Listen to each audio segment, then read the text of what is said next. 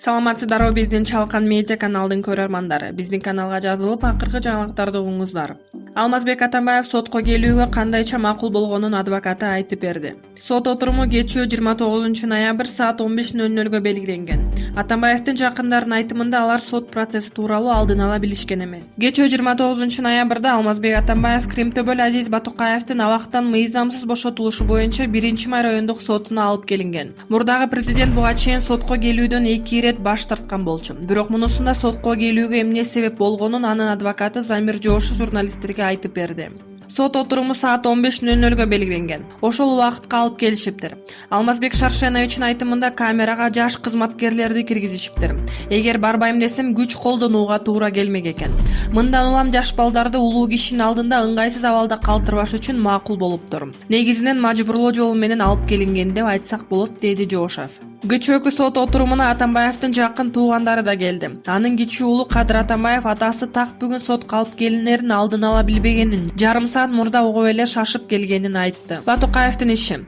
Азиз Батукаев 2006 жылы баңгизатты мыйзамсыз сактоо, жарылуучу заттарды жана курал-жарактарды мыйзамсыз алып жүрүү, массалык башаламандык уюштуруу боюнча айыпталып 16 жылга эркинен ажыратылган. 2008 жылы абак тартибин бузганы үчүн жаза мөөнөтүнө дагы 2 жыл кошулуп, Нарындын номер 24 абагына которулган. Бирок 2013 жылдын 9 апрелинде оор дартка кабылганына байланыштуу деп бошотулуп, Кыргызстандын аймагынан Грозныйга учуп кеткен. 2014 жылдын 20 майында Кыргызстандын жаза аткаруу мамлекеттик кызматы Батукаевга эл аралык издөө жарыялаган. Ички иштер министрликтин маалыматы боюнча учурда Батукаев курал-жарак сактаганы үчүн 3 жылга эркинен ажыратылып, Чечен Республикасына жаза мөөнөтүн өтөп жатат. 2019 жылы апрелде башкы прокурор Өткүрбек Жамшитов жогорку кеңештин жыйынында криминалдык авторитет Азиз Батукаевдин иши кайра жанданганын билдирген. Анын бошотулушу боюнча бир катар мурдагы аткаминерлер менен дарыгерлер да суракка чакырылып, кээси камакка алынган. Ал эми мурунку башкы прокурор Аида Салянова, ошол кездеги вице-премьер Шамиль Атаханов жана саламаттык сактоо министри Динара Сагынбаева, мурунку башкы прокурор Индира Жолдубаева тергөө менен кызматташмай болду деген жүйөө менен үй камагына чыгарылган. Алмазбек Атамбаев тергөөгө тоскоолдук кылды деп айыпталууда. Бул тууралуу анын жактоочусу Сергей Слесарев билдирди.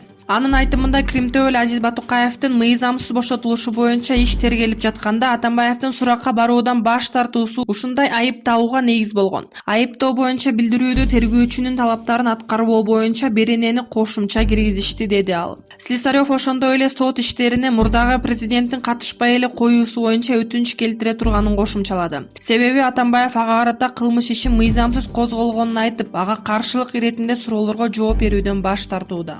Үмүт 2020 Матраимовдун Дубайда мүлктөрү бар. Үмүт 2020 саясий кыймылы мамлекеттик бажы кызматынын төрагасынын мурдагы орун басары Райымбек Матраимовдун жакындарынын Дубайда кымбат баалуу батирлери бар экенин айтып чыкты. Саясий кыймыл тараткан видеодо Райымбек Матраимовдун аялы Улкан Тургунованын жалпы баасы 5,5 миллион доллар деп бааланган 2 батири бар экенин айтылат.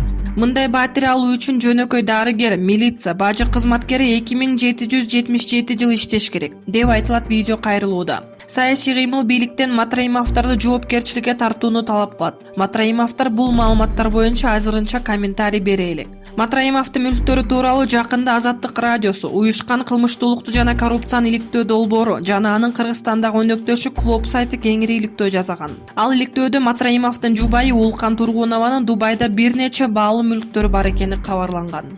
Казакстандын президенти Касым-Жомарт Токаев Бишкекте Адахан Мадумаров менен жолукту.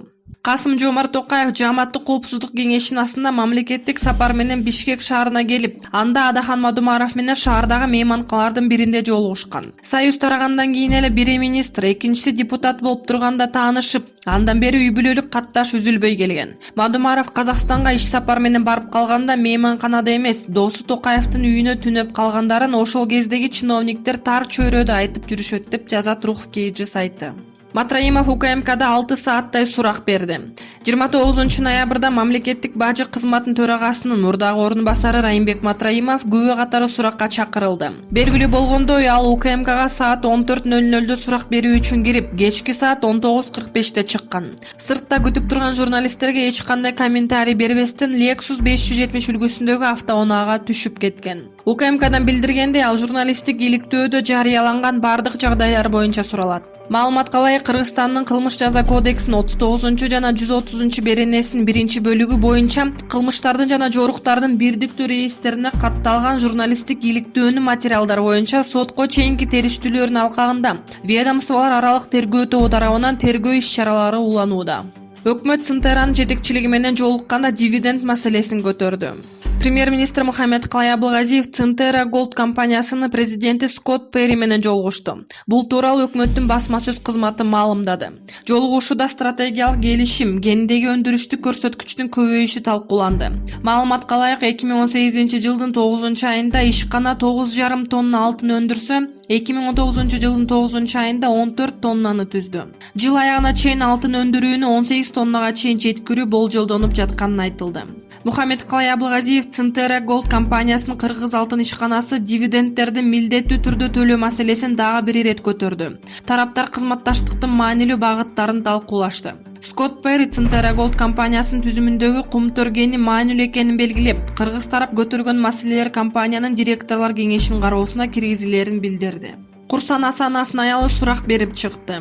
Мурдагы Ички иштер министригинин ордун басары Курсан Асановдун аялы Гүлнара Усенканова 29 ноябрда аскер прокуратурасына сурак берип чыкты. Бул тууралуу Асановдун жактоочусу Талайгүл Токтокунова Азаттык радиосуна маалымдаган. Жактоочу тергөөнүн купуя бойдон калышына кол коюп бергендиктен суракка чакыруу негиз болгон себепти айткан жок. Курсан Асанов 7-8 августта Кой Ташта Атамбаевди кармоо операциясында милициянын кызыкчылыгын сатты жана ишеничтен кетти деген жүйө менен кызматтан алынган. Гигинага карата жазык кодексинин 320 беренесин кызмат абалынын кыянаттык менен пайдалануу негизинде кылмыш иши козголгон. Иште аскер прокуратурасы тергеп жатат. Кой Таш окуясы учурунда бир офицер каза болуп, 100дөн ашуун адам жабыркаган. 8 августтагы операция тууралуу Атамбаев кармалар алдында аны менен Асановдун сүйлөшүп жаткан видеосу тараган. Өзү мыркайын саткан кыргызстандык кыз кармалды.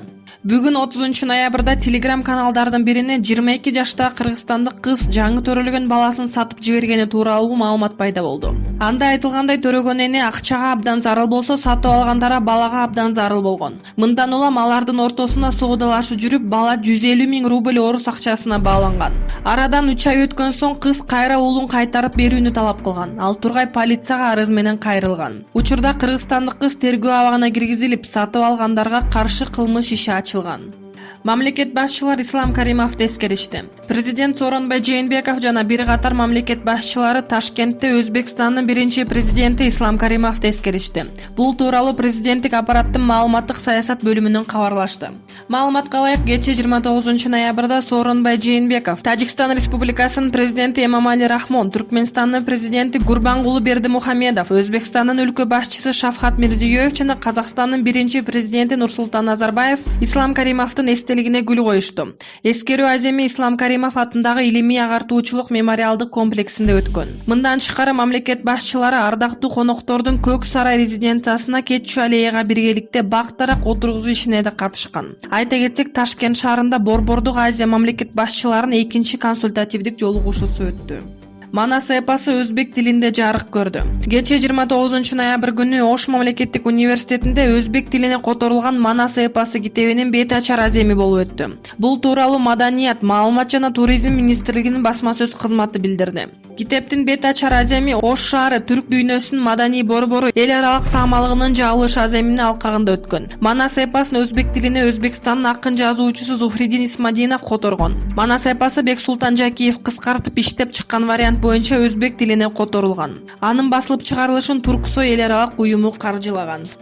Ак Жолтойдун атын кимдер пайдаланып жатышат? Белгилүү төкмө акын Майра Керим кызынын уулу, төкмө акын, ырчы актер Ак Жолтой Канатбек уулунун элге расмий түрдө жарыяланбай калган Бегимай актеруна клип тартылат. Бул тууралуу бизге Курал Чокоев билдирди. Ак Жолтой менен жаңы иштешип баштаганбыз. Ага продюсерлик кылып Бегимай деген ырды жаздырып берген эле. Жакында ал ырга клип тартырып чыгарабыз деген планыбыз бар болчу. Тилекке каршы максаттарыбыз ишке ашпай Ак Жолтой кырсыктан каза болду. Учурда анын атынан хайп жараткысы келгендер пайда болуп, элек форматтагырын YouTube каналына чыгарып жатышат. Мындан ары аларга чара көрүлөт. Ал эми Бегимайга Ак Жолтойдун элесин арнап жакында клип тарттырабыз. Анда башка да жаздыра турган эки ырыбыз бар эле. Буюрса эки ырында таштап койбой өзүм ырдап чыгам, дейт Курал Чокоев.